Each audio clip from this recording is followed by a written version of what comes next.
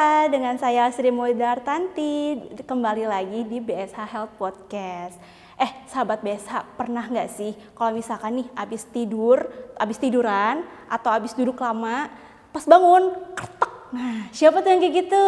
Ayo, kalau samaan kita sama semuanya. Nih, sekarang aku udah bersama dengan Dr. Shirley Desnita Savio, spesialis ortopedi. Halo dok. Halo. Oke, first of all nih, aku bingung nih dok, antara pinggang sama punggung tuh sama apa enggak sih? Mirip ya. Jadi punggung itu kan dari atas sampai bawah, nah pinggang tuh yang bagian bawahnya. Oke, pinggang itu yang bagian bawahnya. Oke, di sini aku intinya itu mau membicarakan tentang yang tadi kretek itu, biasanya disebut LBP ya dok, atau low back pain. Oke, nah apa sih dok sebetulnya penyebabnya? Nah, yang paling sering sih penyebabnya otot dan postur ya. Misalnya kayak duduk kelamaan, terus lupa stretching tuh ya, terus jarang gerak, terus posisi kerjanya yang suka bungkuk-bungkuk, kayak leyeh-leyeh, nah itu tuh. Oke, sobat mager ya. Nah, kalau orang lanjut usia bisa juga disebabkan oleh pengeroposan nih. Oke. Osteoporosis. Berarti multifaktor ya dok. Ada beberapa hal yang perlu kita perlu kita ketahui kalau misalkan LBP itu bukan cuma satu faktor aja ya dok ya. Oke. Satu lagi dok, apa bedanya antara saraf kejepit apakah sama dengan LBP ini dok? Nah, ini pertanyaan yang sering ditanya juga nih ya sama Kalau LBP itu kan low back pain, jadi sakit pada punggung bagian bawah. Punggung bagian bawah. Oke. Penyebabnya macam-macam tuh, misalkan otot aja, bisa juga salah satu penyebabnya itu saraf kejepit atau HNP itu. Singkatan dari herniated nucleus pulposus. Jadi bantalan tulang belakangnya itu bocor ke belakang atau herniasi gitu. Jadi LBP salah satu penyebabnya HNP atau saraf kejepit gitu. Oke, berarti sakit pinggang ya dok ya, bukan punggung ya. Sakit pinggang itu salah satunya itu karena saraf ya dok ya. Oke, berarti bisa dengan terapi apa tuh dok? Nah misalnya teman-teman ada yang sakit pinggang nih ya, pertama-tama kita cari tahu dulu nih penyebabnya apa. Memang penyebabnya HNP ya diperbaiki dulu gaya hidupnya apa sih yang menyebabkan HNP. Berarti dari gaya hidup ya dok ya. Dari postur atau suka angkat-angkat berat ya, posisi yang nggak pas. Terus nanti kita cari tahu lagi nih saraf hidup itu udah berat atau masih ringan. Nah, Oke. beda-beda tuh, bisa obat aja, bisa fisioterapi, bisa juga tindakan.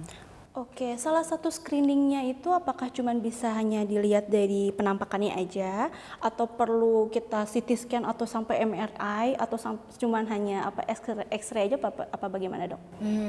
Nah kalau misalnya nanti ada orang yang sakit pinggang ya, kita anamnesis dulu, kita periksa kira-kira keluhannya ini mengarah nggak ke LBP atau HNP tadi. Terus setelahnya biasanya sih di ronsen dulu nih. Ronsen dulu, kalau misalnya kurang jelas baru kita MRI. MRI itu untuk tahu kondisi tulang belakangnya, sarafnya, terus tulangnya gimana gitu. Kalau orang lanjut usia nih, misalnya kita curiga ada osteoporosis, bisa juga kita saranin pemeriksaan BMD atau scan ya, itu kita punya juga nih pengecekan kepadatan tulang. Pengecekan kepadatan tulang ya dok. Oh ya dok, LBP ini kalau misalkan tidak ditindaklanjuti secara medis atau misalkan cuma urut-urut doang nih ya, apakah itu akan berdampak di jangka panjangnya atau misalkan akan berdampak kepada kelumpuhan atau kemana gitu dok? Gimana sih dok kalau itu? Bisa juga ya dok ya. Kalau misalnya saraf kejepitnya atau BPN-nya masih ringan nih, biasanya gejala awalnya dia sakit dulu. Nah, terus nanti kalau udah makin parah, mulai tuh gejala sensoriknya. Karena biasanya kayak sakit menjalar ke kaki, terus kesemutan gitu ya, atau kebas. Salah satunya itu kebas juga ya. Kalau udah parah banget, bisa tuh kekuatan ototnya berkurang. Kekuatan ototnya berkurang ya dok ya. Atau kondisi yang paling parah nih, bisa ada gangguan buang air kecil atau buang air besar. Berpengaruh ke situ juga ya dok ya. Nggak bisa merasakan lagi kalau buang air kecil atau buang air besar, jadi bahaya kalau nggak ditanganin. Oke, kalau misalkan nih dok, kita udah misalkan awal-awal minggu pertama nih mengalami LBP ini, pertolongan pertamanya apa sih dok? Selain misalkan kalau misalkan belum mau ke vaskes atau fasilitas medis, mungkin ada pertolongan pertamanya dulu nggak sih, Dok? Nah kalau awal-awal bisa kompres es dulu. Oh, kompres es ya. Iya. Ya ada yang nyeri. Habis itu istirahat dulu, kurangin tuh aktivitas yang terlalu heboh ya, jangan angkat-angkat berat dulu. Terus stretching, Stretching ya. minum obat pereda nyeri ringan boleh kayak paracetamol gitu.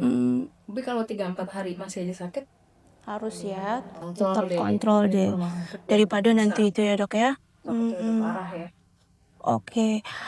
Kalau misalkan nih, Dok, udah mengalami maksudnya sudah screening, kemudian ada pemeriksaan dan lain-lain, masih tetap nyeri. Diobati menggunakan obat anti nyeri tetap nyeri. Itu pertolongan selanjutnya itu atau tindakan selanjutnya yang biasa dilakukan di BSH ini apa ya, Dok ya? Nah kadang kan orang takut ya, jangan saraf kejepit langsung operasi nih. Itu, Dok, itu yang mau saya tanyakan, aku takut. Gitu ya. Kalau misalnya awal nih, apalagi yang masih ringan sedang ya Mas, biasanya kita coba dulu tuh pakai fisioterapi. Jadi lengkap kan di sini ada hidroterapi juga. Bisa hidroterapi ya? Bagus juga tuh. Terus nanti misalnya kok masih nggak perbaikan gitu ya, baru kita naik tuh ke tindakan yang lebih invasif lah ya. Ada juga injeksi tulang belakang. Oh, oke. Di sini kita ada, Dok? Bisa. Oh, oke. Jadi injeksi tulang belakang tuh kedengerannya aja ya serem. Tapi nggak kayak gitu kok, dia nggak serem. Ini tindakannya bius lokal. Oh, bius lokal. Aman ya buat usia berapa lebih aman. Terus nanti kita injeksinya itu anti radang. Tujuannya untuk kurangin radang dan kurangin nyeri. Ngurangin nyeri ya. Itu sih yang paling pentingnya, kurangin nyeri ya, Dok ya. Untuk misalkan nih, Dok, ada orang-orang tertentu yang misalkan pekerjaan tuh memang tidak bisa menghindari untuk mengangkat barang-barang berat. Itu gimana sih, Dok, caranya untuk menghindari LBP ini? Nah, kalau misalnya aktivitasnya banyak ngangkat-ngangkat, lebih baik sih pas kerja pakai korset deh.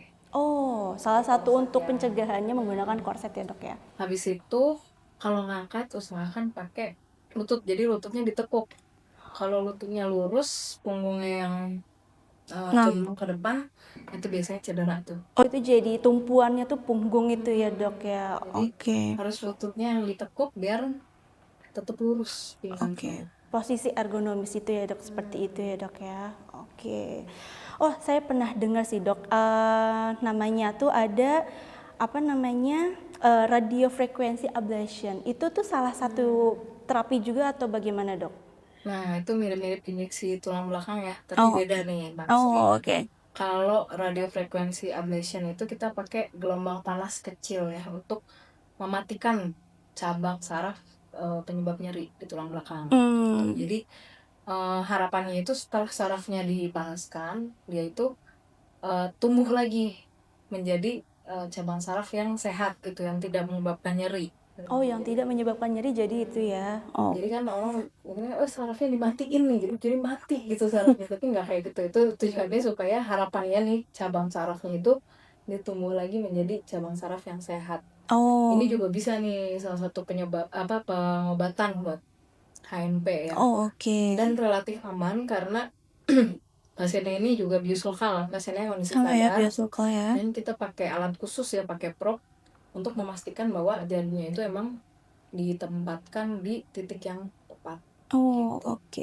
Kalau dengan terapi tersebut, efeknya itu apakah permanen atau misalkan bisa kambuhan, Dok? Bisa permanen, bisa kambuhan. Tergantung masing-masing orang. Gitu. Masih sakit ya, bisa lagi kita ulang atau nanti kita pikirin langkah-langkah selanjutnya. Kecuali kalau misalnya udah saraf kejepitnya udah berat nih, terus sudah dicoba semua dari obat fisioterapi, korset, dan tindakan yang minimal invasif, udah semua masih sakit atau emang dari MRI-nya udah berat nih, baru saran operasi. Jadi nggak langsung operasi nih. Ada beberapa tindakan dulu ya, Dok ya. Jadi nggak usah takut ya, tapi saya biasa ada yang nggak langsung dioperasi. Pencegahan yang paling paling sederhana deh, Dok, untuk LBP ini apa sih, Dok, sebetulnya? Perhatiin postur. Perhatikan postur. Jangan kayak udang ya, Dok ya. Apalagi yang suka di depan komputer ya, Dok ya. Udang. Terus yang duduk atau berdiri stretching. 30 menit. Betul. Stretching, berubah posisi, angkat-angkat barang juga perhatikan posisi ergonomis tadi ya. sama satu lagi jaga berat badan. Oh, salah satunya ya dok ya, harus diet ya. Karena dia jaga berat badan Jaga berat ideal. badan ideal ya. Oke. Prinsip kok soalnya. Oke dok, kalau misalkan nih dok, ada sahabat BSH yang ingin ketemu dokter karena LBP dok, itu bisa ketemu dokter di hari apa aja dok? Nah, buat sahabat BSH yang mau konsultasi nih, ngobrol-ngobrol lah tentang nyeri pinggang, bisa konsultasi dengan saya Dokter Sherly di BSH hari Senin, Rabu, Jumat, dan Sabtu. Pukul berapa dok? Kalau Senin jam 9 sampai jam 12, Rabu dan Jumat jam 1 sampai jam 4 sore, Sabtu jam setengah 8 sampai setengah 11.